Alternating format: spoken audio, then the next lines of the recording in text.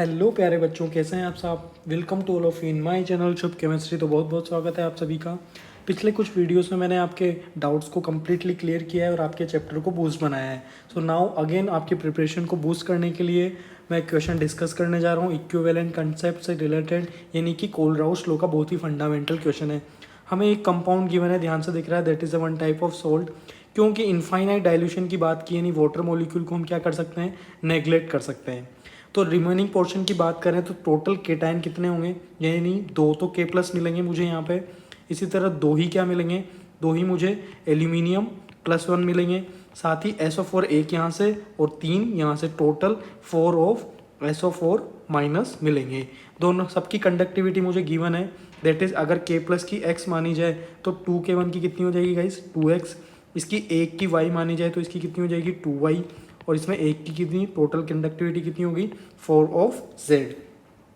अब मुझे फॉर्मूला पता होना चाहिए कि molar conductivity is equal to equivalent conductivity into n factor. अच्छा, इक्विवेलेंट कंडक्टिविटी को यहाँ मैं कैसे लिख सकता हूँ, molar conductivity divide by n factor. n factor क्या एक टाइप का सोल्ट है, तो सोल्ट के लिए n फैक्टर क्या लिखते हैं, total positive either total negative charge. तो टोटल पॉजिटिव चार्ज देखें तो 2 + 2 + 4 टोटल 8 पार्टिकल हो गए, यानी कि n फैक्टर कितना अवेलेबल है, तो चार्ज। तो मोलर कंडक्टिविटी की मैं बात करूं तो क्या इन सबका समेशन होगा, that is 2x + 2y + 2 of z।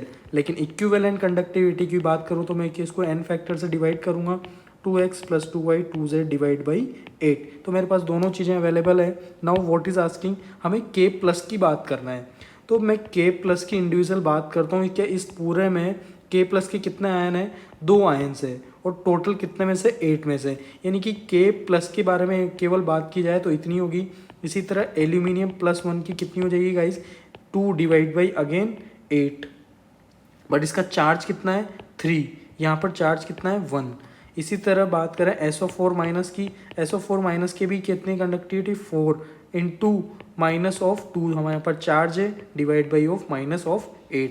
तो इनके इक्विवेलेंट्स निकाले गए हैं, दैट इज 1/4 3/4 एंड 1। तो ये हमें इक्विवेलेंट्स पता चल गए, नंबर ऑफ इक्विवेलेंट्स पता चल चुके हैं। अब नाउ इक्विवेलेंट वेट से मैं इंडिविजुअल की बात करूं तो इंडिविजुअल का क्या, लेमडा इक्विवेलेंट कैसे लिखूंगा गाइज, नंबर ऑफ आयंस कितने थे, x, और 1/4 आ गया, x का, ये किसका निकल गया, एल्यूमिनियम का, k+ का।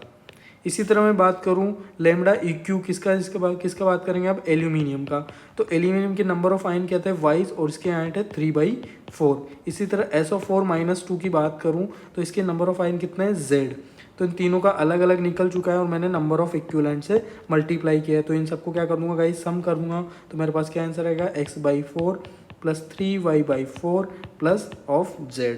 आई hope it is clear to. ये इंडिविजुअल एड आयंस की निकली है और ये पूरे सॉल्ट की निकली है। I hope it is clear to all of you.